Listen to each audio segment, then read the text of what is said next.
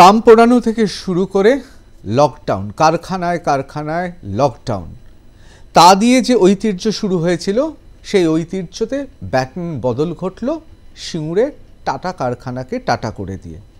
বঙ্গবাসী আমাদের ভবিতব্য তাই, এবং আমরা সেই জন্যে কোনো শিল্প গত কয়েক দশকে দেখিনি সেভাবে, ভবিষ্যতে কি হবে জানি না। সুতরাং আজকের বিতর্কটা খুব গুরুত্বপূর্ণ। তবে আবার বলছি, রেশম শিল্প, আবার আপনাদের একটু জানিয়ে দিই, আপনারা কিন্তু ভাববেন না আমি কিন্তু রেশম বলছি, রেশম শিল্পের কথা বলছি না, মুর্শিদাবাদ মালদার কথা বলছি না। রেশম শিল্প এবং বাকিবুর এরাই আসল বুদ্ধিমান মানুষ, তার কারণ এভাবেই শিল্পপতি হতে হয় এ বঙ্গে। এ নিয়ে আমরা আলোচনা করছিলাম, এবং তন্ময় ভট্টাচার্য, তার আগে শুভময় মৈত্র, এবং তার আগে বিশিষ্ট আইনজীবী কল্লোল বসু যে প্রশ্নগুলো তুলেছেন, তাতে মনে হচ্ছে গোটা সিঙ্গুরটাই এই মুহূর্তে যে অবস্থায় এসে পৌঁছেছে তাতে আর কিছু হবে না। গোটা জায়গাটা জুড়ে শুধু চাপ চাপ স্মৃতি থেকে যাবে। যখন আমরা হাইওয়ে দিয়ে যাব তখন আমরা দেখাবো সেই ঐতিহাসিক খালি জমি। কি বলবেন পরিবহন মন্ত্রী স্নেহাশিস চক্রবর্তী, যিনি সিঙ্গুর আন্দোলনের অন্যতম পুরোধা।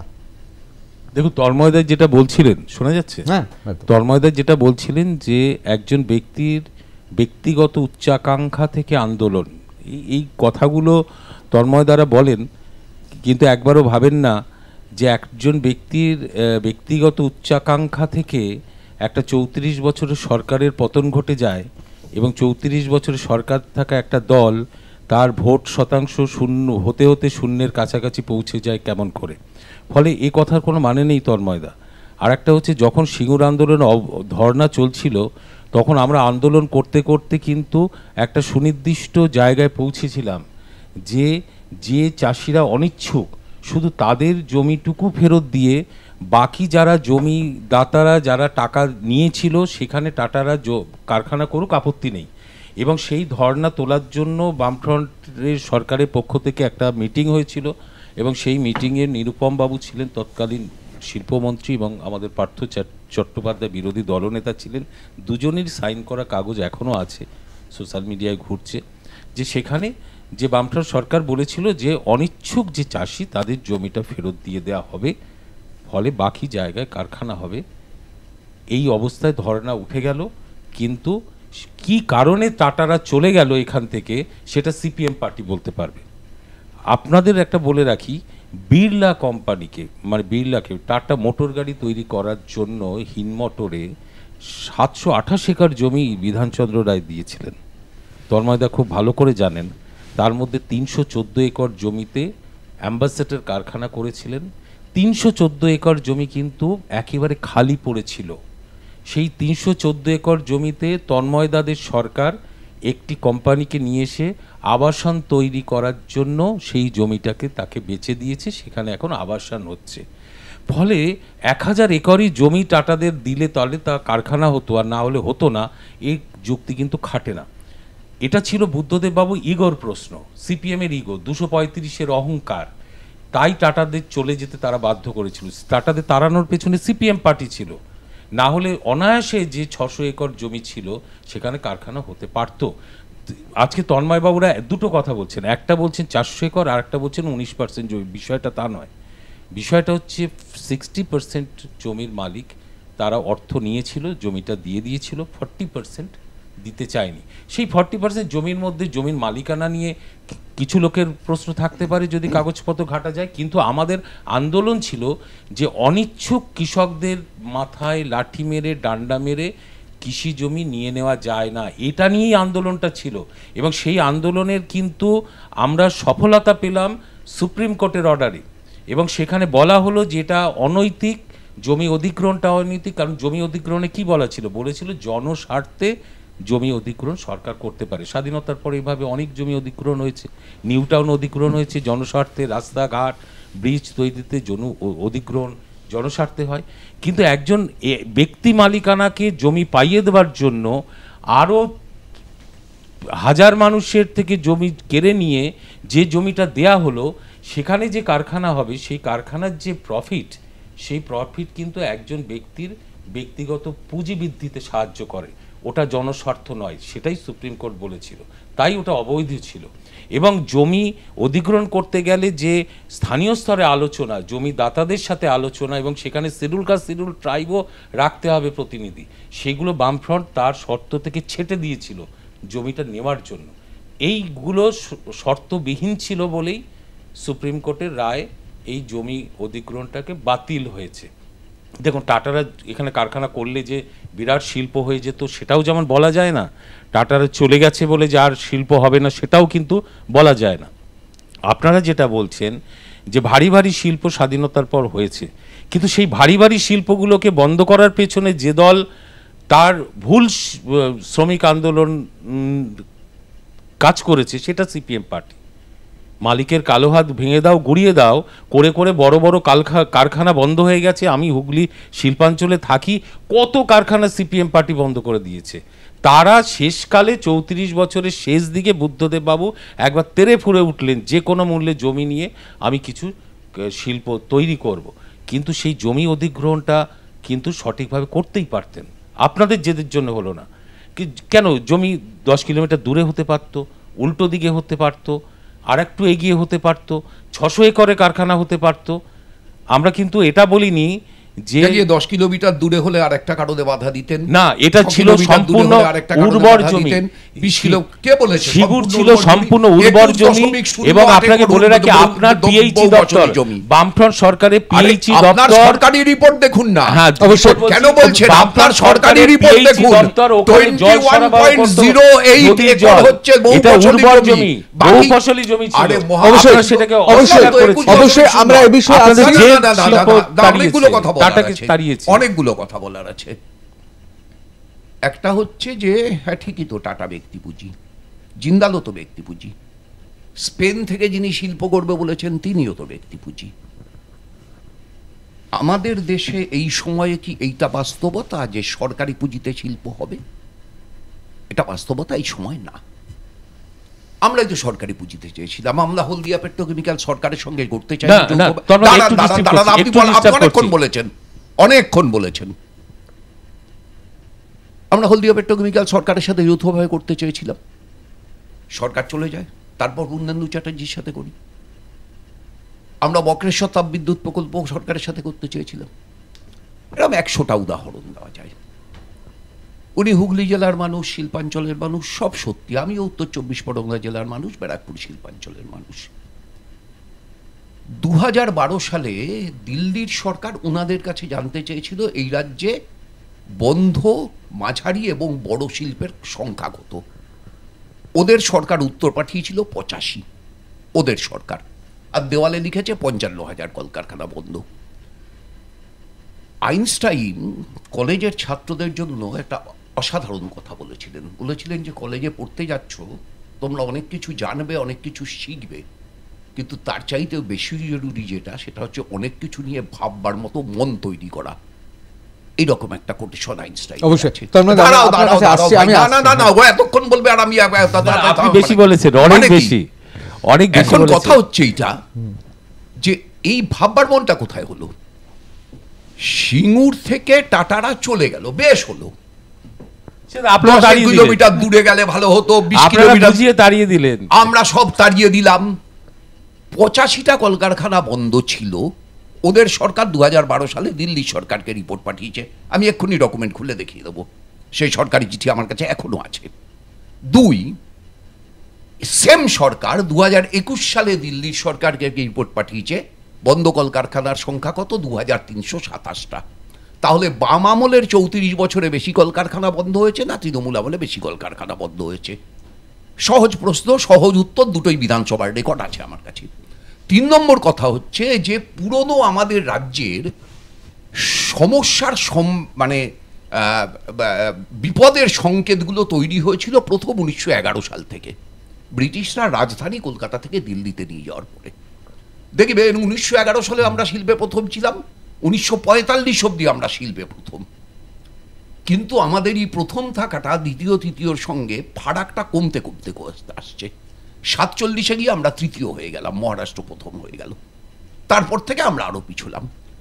তার প্রধান কারণটা হচ্ছে ব্রিটিশরা আমাদের রাজ্যে অনেক আগে এসে, মানে প্রথম এসেছিল বলে, এই রাজ্যকে রাজধানী করেছিল বলে, তারা প্রধানত জুট এবং ইঞ্জিনিয়ারিং শিল্প আমাদের রাজ্যে তৈরি করেছিল।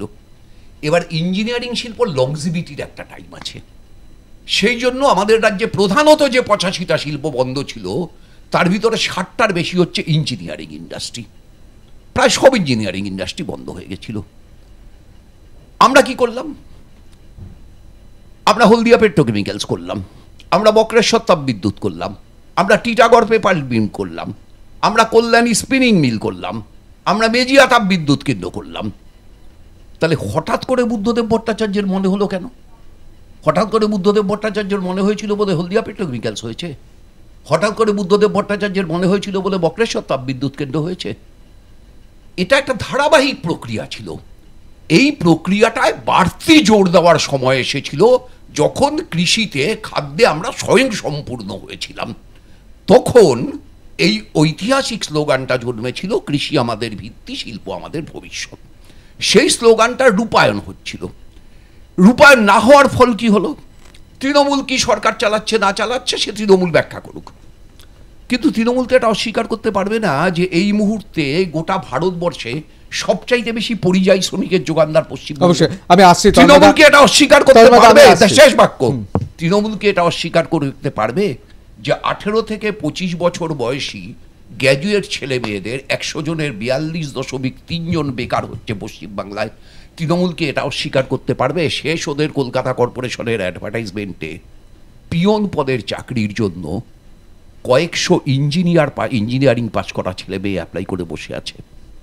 অবশ্যই না তন্ময়দা, তৃণমূল সরকারের আমলে আপনাদের সময়কার বেকারত্ব কিন্তু 40% কমে গেছে। আমি আসছি, আমি আমি আমি আমি আমি আমি স্নেহাশিস আপনার কাছে আসছি, আপনি বলবেন।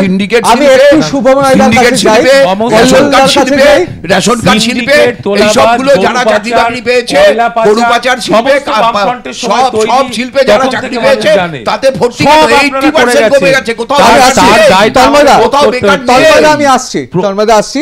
আমি একটু শুভময় মৈত্রর কাছে জানতে চাইবো যে তন্ময় ভট্টাচার্য এবং স্নেহাশিস চক্রবর্তী দুজনেই খুব সুবক্তা, কিন্তু একজন সাদা মাটা সঞ্চালক হিসেবে আমার দুটো জিনিস মনে হলো।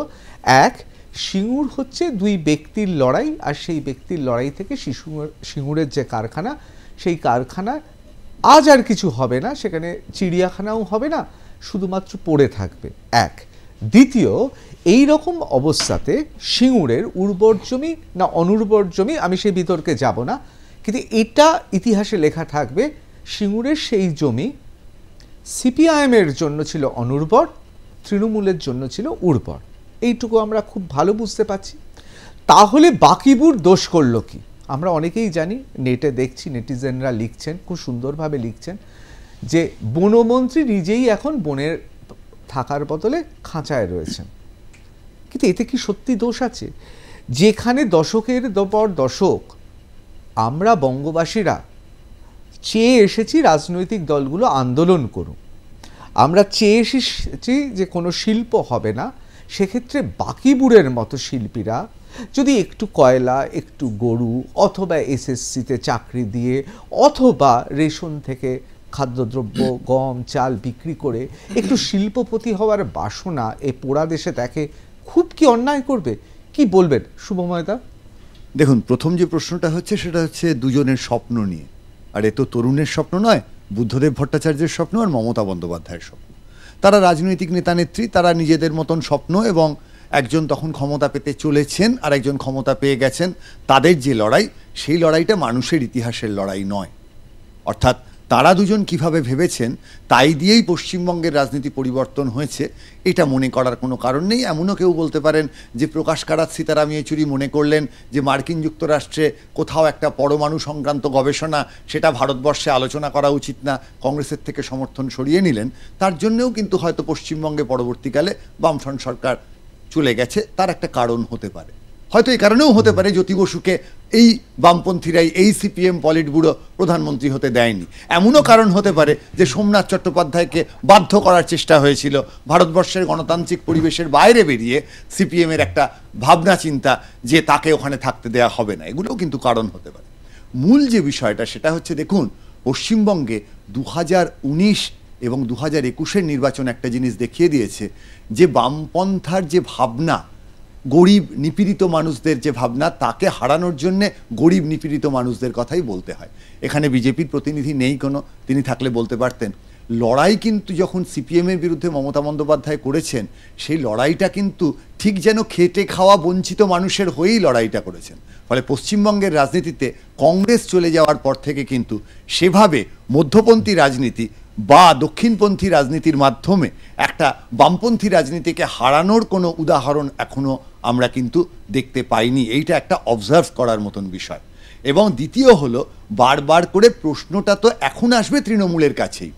বামফ্রন্ট সরকারের যে ভুল থাকতে পারে, পদ্ধতিগত ত্রুটি থাকতে পারে, সেই জায়গায় দাঁড়িয়ে আজকে সেই কারখানা হয়নি, কিন্তু তার জায়গায় আজকে তৃণমূল কংগ্রেস পশ্চিমবঙ্গে বৃহৎ শিল্পের জন্য বা বৃহৎ শিল্পের যদি পরিস্থিতি বদলেও থাকে, সেই জায়গায় তারা কিভাবে পশ্চিমবঙ্গের উন্নয়ন, পশ্চিমবঙ্গের শিল্প পরিস্থিতি সৃষ্টি করতে চাইছেন। নিম্নবিত্ত মানুষদের জন্য তাদের লক্ষ্মীর ভাণ্ডার প্রকল্প আছে, স্বাস্থ্যসাথী আছে, তার কিছু সাফল্য থাকবে, কিছু ব্যর্থতা থাকবে। ডোল পলিটিক্স নিয়ে ভীষণ আলোচনা হতে পারে, কতটা দেওয়া উচিত, কতটা দেওয়া উচিত নয়। কিন্তু তার বাইরে দাঁড়িয়ে যে পুঁজিবাদী ব্যবস্থার মধ্যে দিয়ে দেশ চলছে, এখনও আমাদের দেশটা কিন্তু একটা পুঁজিবাদী ব্যবস্থার মধ্যে দিয়েই চলে। সেখানে টাটা, বিড়লা, আম্বানি, আদানি এই শব্দগুলো যতটাই শুনতে খারাপ লাগুক না কেন, তারা কিন্তু বড় ব্যবসা আনেন। এবং সেই জায়গায় দাঁড়িয়ে তন্ময়দাও পরিষ্কারভাবে বললেন যে আজকের যে পরিস্থিতি, সেখানে কিন্তু এই যে প্রাইভেটাইজেশন, এই যে বিলগ্নীকরণের জায়গা, সেটাই কালের নিয়ম হতে চলেছে। সেইখানে কিন্তু প্রশ্ন থাকবে যে আগামী দিনে ভারতবর্ষের রাজনীতিতে রাষ্ট্রীয় ব্যবস্থা, যদি আমি তুলনা করি 47-এর পর থেকে ভারতবর্ষে যে রাষ্ট্রভিত্তিক শিল্প, যেখানে কিন্তু সরকার দায়িত্ব নিয়ে শিল্পের কথা ভাবত, সেই জায়গায় কেন্দ্রীয় সরকার আজকের দিনে কতটা সেই শিল্পের কথা ভাবছেন তাই নিয়ে প্রশ্ন উঠবে। এবং একই রকমভাবে প্রতিটি রাজ্য সরকারের কাছে এই প্রশ্ন উঠবে, তারা কতটা গভীরতার সঙ্গে শিল্পের কথা ভাবছেন। সারা ভারতের বেশিরভাগ জায়গায় কিন্তু বেশিরভাগ সরকারের, সে কেন্দ্রের সরকারই হোক, রাজ্যের সরকারই হোক, এই শিল্পায়নের ক্ষেত্রে রাষ্ট্রীয় ব্যবস্থার ব্যর্থতা ভারতবর্ষের প্রতিটি জায়গায় লক্ষ্য করা যাচ্ছে, তৃণমূল তার বাইরে নয়। অবশ্যই আমরা না, আমার যেটা হচ্ছে একটা অন্য প্রশ্ন, সেটা হচ্ছে যে এই যে বড় শিল্প তৈরি করতে গেলে বড় জমি চাই। এখন যে সরকারের হাতে নিজস্ব জমি থাকে, যেগুলো খাস জমি বা 1 নম্বর খতিয়ানের জমি যত বেশি থাকবে, সেই সরকার এই শিল্পপতিদের জমি দিতে পারবে। কিন্তু এখন নতুন করে সাধারণ মানুষের থেকে জমি জোর করে অধিগ্রহণ করে দেব সেই কোনো শিল্পপতিকে, এটা কিন্তু এখন ভীষণ কঠিন হয়ে গেছে আইনের পরিবর্তন যা ঘটেছে।